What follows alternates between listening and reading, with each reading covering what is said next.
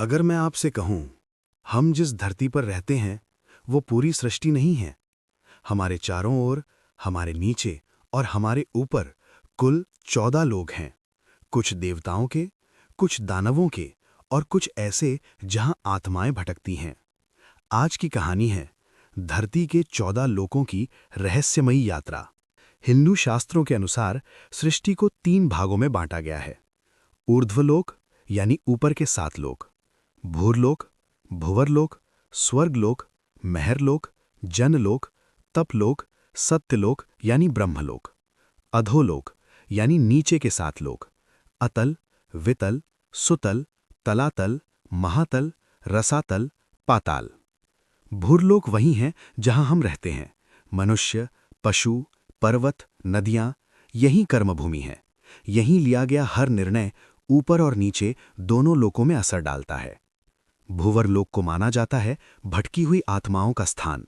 यक्ष, गंधर्व, किन्नर और वे आत्माएं जो न स्वर्ग जा पाईं न नर्क, यहीं रुक जाती हैं। यहां राजा हैं इंद्रदेव। ये लोक सुख, ऐश्वर्य और भोग का है। लेकिन एक बात याद रखिए, स्वर्ग भी स्थायी नहीं। पुण्य खत्म होते ही आत्मा को फिर भुरलोक लौटना पड़ता है। महरलोक वो स्थान है जहां महान ऋषि रहते हैं। कहा जाता है प्रलय के समय सबसे पहले यही लोक खाली होता है। जनलोक में रहते हैं संत, मुनि और महान तपस्वी। यहां भोग नहीं, केवल ज्ञान है। ये लोक उन आत्माओं का है जिन्होंने जीवन में इंद्रियों पर विजय पा ली। यहां आत्मा लगभग मुक्त हो जाती है। यहां निवास करते हैं ब्रह्मा जी। जो यहां पहुंचता है वो पुनर्जन्म से मुक्त हो जाता है। यही मोक्ष का द्वार है। अब चलिए धरती के नीचे, जहां प्रकाश नहीं बल्कि रहस्य हैं। अतल, माया और भोग। वितल, भगवान शिव की ऊर्जा। सुतल, राजा बलि का लोक। तलातल, दानव वास्तुकार मयासुर। महातल, नागों का निवास। रसातल, असुरों और राक्षसों का लोक।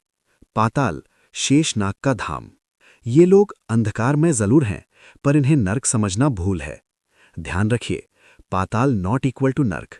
नर्क एक अलग दंडलोक है जहां आत्मा अपने कर्मों का फल भोगती है।